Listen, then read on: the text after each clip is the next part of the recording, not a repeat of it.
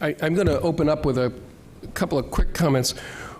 I'm a Jersey guy, and my grandfather described being a boy near the Jersey meadows and how when he was a kid they could go out to the meadows and 40 minutes they would collect as many oysters or clams as they possibly could.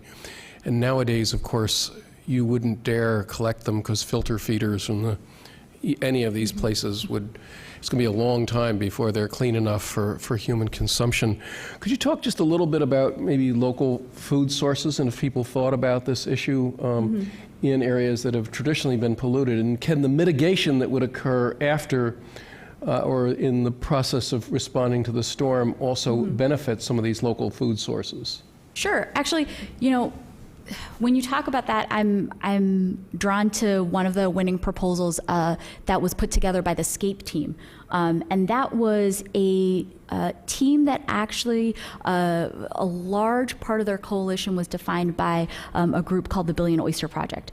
And what they ended up doing was that they actually worked with local oyster farmers and or oyster fishers, if you will, to really think about what was going on in the water, specifically in Staten Island, and how could they actually utilize the creation and kind of the cultivation of oysters to actually mitigate the breakwaters themselves. So the competition itself allowed for a lot of creative different ways to actually utilize food and food production in ways to actually mitigate wave surge and sea level rise. Yeah.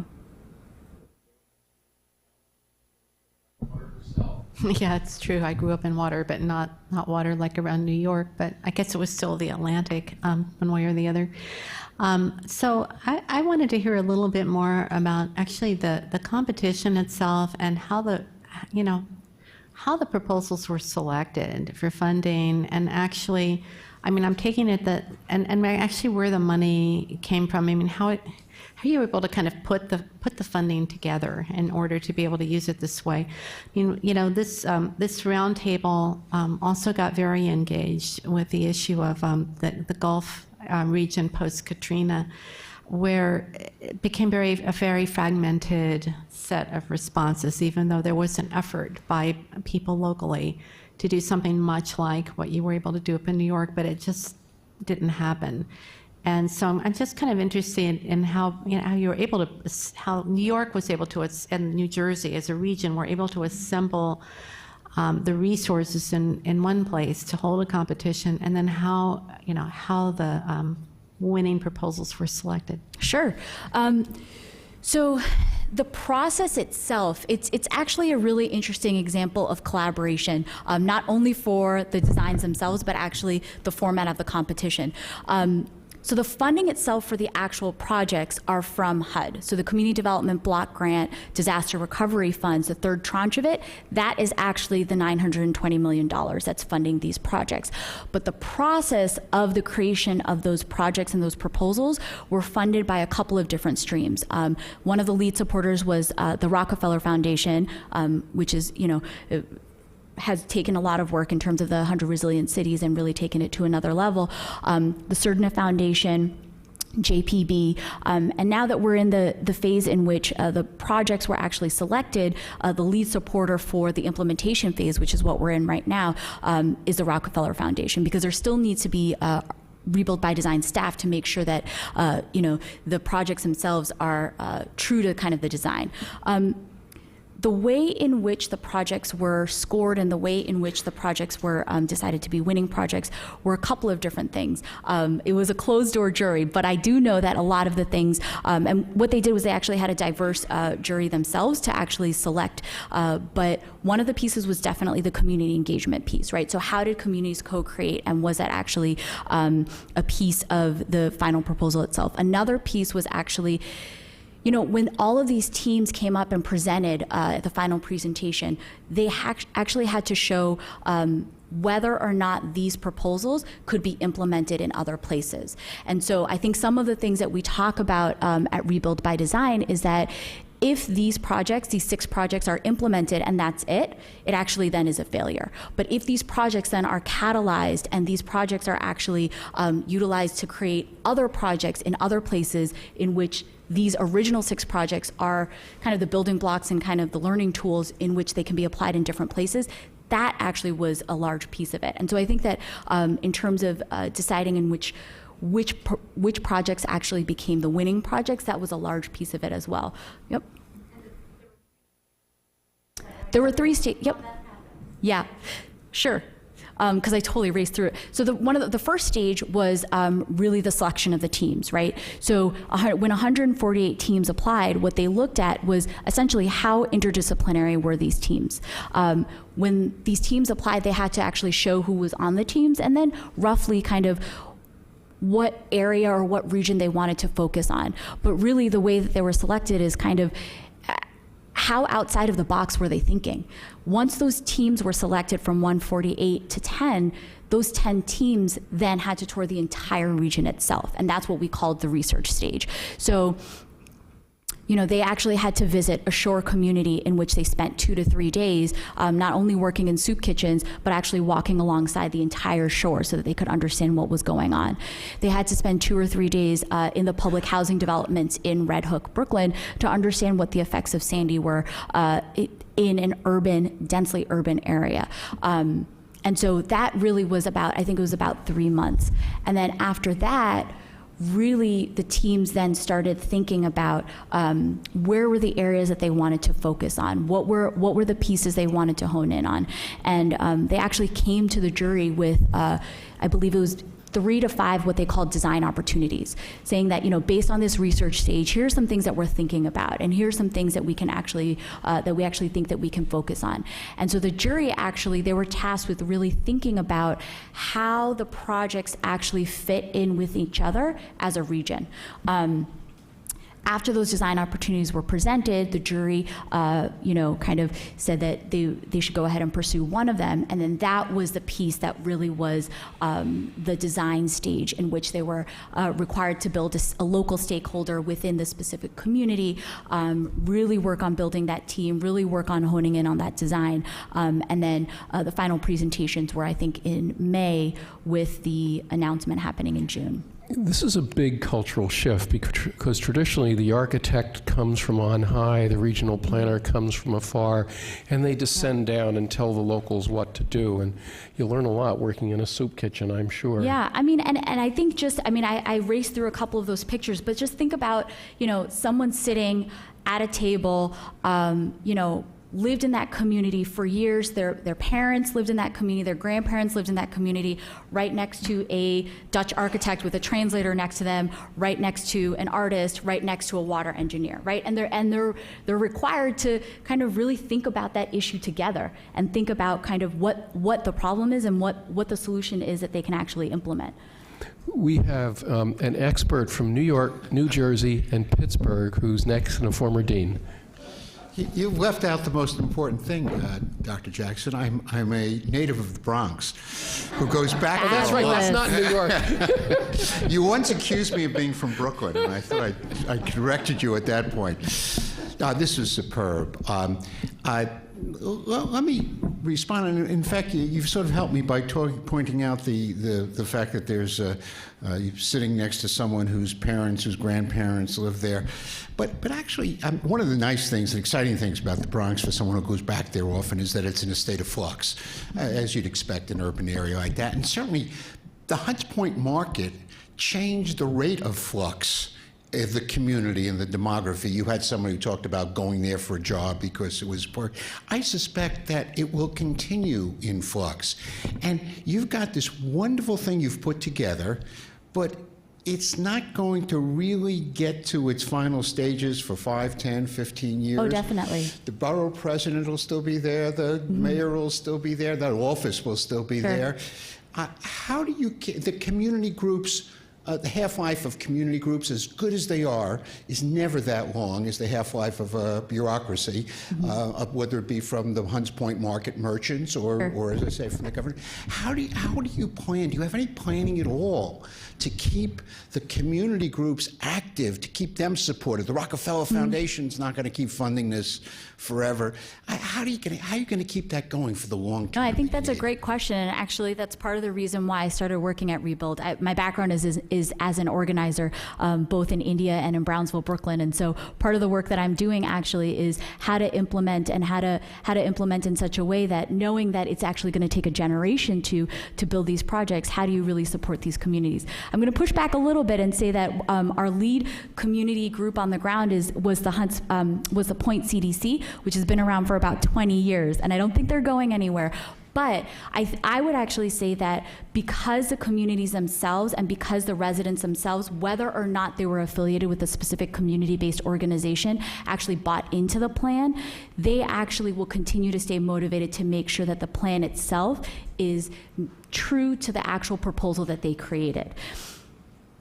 One thing that I will also say is that now working with these communities, now that the hoopla is over, the winners have been announced, they're working on the implementation phase, a lot of these community-based organizations never really thought about resiliency until Hurricane Sandy. And so what this ended up doing was that it ended up really switching or integrating the idea of resiliency and resiliency planning into their everyday work. And so part of what I do is actually work with them to say, regardless of where these projects are, what are the things that the community needs to do on a daily basis to be able to make sure that they are prepared for the next storm, regardless of what happens with these communities. So I think you raise a very good point.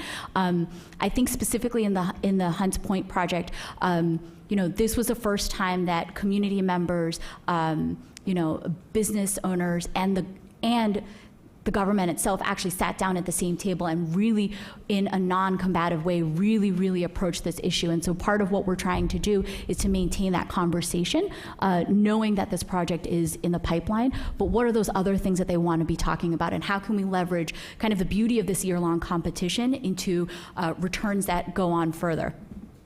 Before we finish, after Jack, I want to make sure we don't lose this idea of how we can end up with something better when we're done, rather than simply, and a high elected official from New Jersey said, we're going to rebuild the New Jersey Shore just the way it was. And I think there's don't go into that one yet. We're going to ask Dr. Spengler to speak because he likes Cape Cod. Yeah, two questions. One is, beyond the massive subsidy and the competition, there are cities and towns that have failed to recover. I saw this in the Times just a week or two ago, but some have on their own. And question is, what is it the ingredients is within the communities without the subsidy and attention? What has been successful and what hasn't been? That's a broad question. Maybe you're not familiar with other communities other than the ones you are Yeah, so let me make sure that I'm understanding. So essentially, the communities that may or may not have been received funding, how were they able to rebuild? Yeah. I mean, and this is not based on my experience working at Rebuild by Design, but what I would do is that I would actually, it makes me think about Heatwave, and it makes me think about Aaron Kleinenberg's book and the social connectedness that's needed within communities in which when disasters like this happen, who are the people that you're contacting? Who are the people that you're reaching out to? Who are the people that you're working together with? And those are the things that are not necessarily the things that people think about prior to the storm or after the storm, but are the things that can make or break the community, right? So I would leave it at that, but I could go in a lot further. But I mean, that's the first thing that I would think about. I think there's lessons to be learned beyond these Rebuild by Design, because this is only a fraction of the infrastructure damage. The other point was, it's really to explore something you said near the end, and that was the engagement in learning from local wisdom, because, and I've been so educated in many things, and so I respect that. But it can't be all that. There had to be, so where does the expertise come in and actually get a different envisioning of what a future might be beyond just local wisdom? Local wisdom might say, oh, we want it back the way it was, or better, and local wisdom often is only limited to what you can see and smell and hear, and there's lots of other issues beyond the senses, such as chemicals, for example. Yeah. No, I mean, I would agree with you, and I think that was part of the reason why the competition itself was so innovative, in that it actually wasn't just local communities saying what they wanted and designers and architects putting that together. The co-creation of it actually meant that designers and architects that were experts both internationally and nationally saying that, well, you know, we did this project actually in the Netherlands, and here's what happened. Do you think that that would work here? Or we actually worked on a project down south, and here's what happened, and here's some things that we learned from. Do you think that that would make sense in this community? I think that it goes back to the first stage of the teams being truly interdisciplinary, and then feeding that into actually learning from the community itself and having them actually co-create together that really met that need. Yeah. Please. Another fellow New Yorker, but Great, fabulous. Yes, there you go. So, you know, one of the things that strikes me as I'm sitting here and coming from a consumer products company, this idea of co-creation is a remarkably powerful idea, and it's how we develop products now. We rarely go into the lab anymore and create a product without incredible amount of what we call lead users, which I would call your citizens lead users, the people that live it, use it every single day. And so, you know, they're there in the lab with us many times, co-creating products. The one thing I would suggest is how do you measure success? And how do you bring these people along with you throughout the team's progress so that they're not just creating, but they're also kind of engaged in your process as you start to build and as you start to make these projects a reality. And I think, you know, what we've learned in our space is they're the best advocates. Right. You know, and they're also your harshest judges, but you want Definitely. them to judge you harshly. Yeah. You know, you want them to tell you the truth. Yeah. Yeah, no, it's important to have communities, I would totally agree with you. It's important to have these communities work alongside you so that, you know, they can tell you like it is, not just during the creation of it, but during the implementation. And so part of what we're doing now in the implementation phase is actually working on essentially different punctuation points during the implementation process in which we update communities, but also that they can start talking to each other about the what's going on the ground in terms of the different projects. And so, you know, there's that one piece of keeping them updated. There's another piece of continuously engaging them, knowing that they were the creators of it. But I think that third piece is now creating that network of those other, I guess, quote unquote winning communities from Rebuild by Design, that they can say, well, here's what worked here, and here's actually something that we're going to now adapt to, let's say, a jobs campaign that we're working on, or something that we're actually going to, you know, an engagement strategy that worked really well for us that we actually think would work really well for the Lower East Side. So I would totally agree. You know, these big transfer places, whether it's the Port of Los Angeles, Oakland, Jacksonville, Port Elizabeth, New Jersey, generate enormous amounts of wealth, but the wealth tends to go a long distance away, and the impacts, whether it's the diesel from the trucks or the bunker fuel from the ships, tends to impact the people who are living locally. How can a disaster be used to really both focus attention on this disparity of really fairness of the distribution of income and wealth? And so, for example, the Port of LA now is moving to electric vehicles. They're moving things in and out. There'll be an electrified line that will take material to the warehouses eventually 30, 40 miles away for distribution. And to have the port areas be much less environmentally dreadful. It's same stats that you showed here. I mean, I think that really what you're getting at is the opportunity within these moments of crisis to actually be moments of transformation. And I think we talked about that a little bit before. So when you actually look at the plan, and I know that I raced through it, but if you go to rebuildbydesign.org, all of the full plans are online. The plan itself does have some pieces that are the quote-unquote protection from the storm. And then there's the other pieces that essentially leverage this moment of crisis to really think about how they can rebuild stronger. And so that's the piece where you think about the fish market that the Penn team talked about in the video. When they actually talked about the farmers market that would be accessible to community members for 6 days a week, which for years, and they had mentioned this in the video, for years being the food distribution center and actually not having any sort of, access to fresh produce, to fresh meat, to fresh fish, really leveraging those moments to really create something that essentially, is stronger. We've had a member of this, probably not a member, but a frequent visitor on the roundtable, who was very involved in Rebuild by Design, who is Dr. Mindy Fullilove, who thinks deeply about the mental health, social health, racial disparity impacts of basically how we've built America, of urban planning and the rest. And Mindy actually sat on a number of these committees as they thought about this. So I wonder if you could comment on maybe the smaller kernel of the issue, since you have health people listening. How does a health person insert a health awareness, in her case, a mental health awareness, into these decisions that people will end up living with for generations? And this is a very important opening to get our message across. So, yeah, and I know that we talked a little bit before that, when I got my master's in public health, I actually studied under Mindy, and she was a person, I was working internationally before, and Mindy was the person that convinced me to stay in the US and do this work.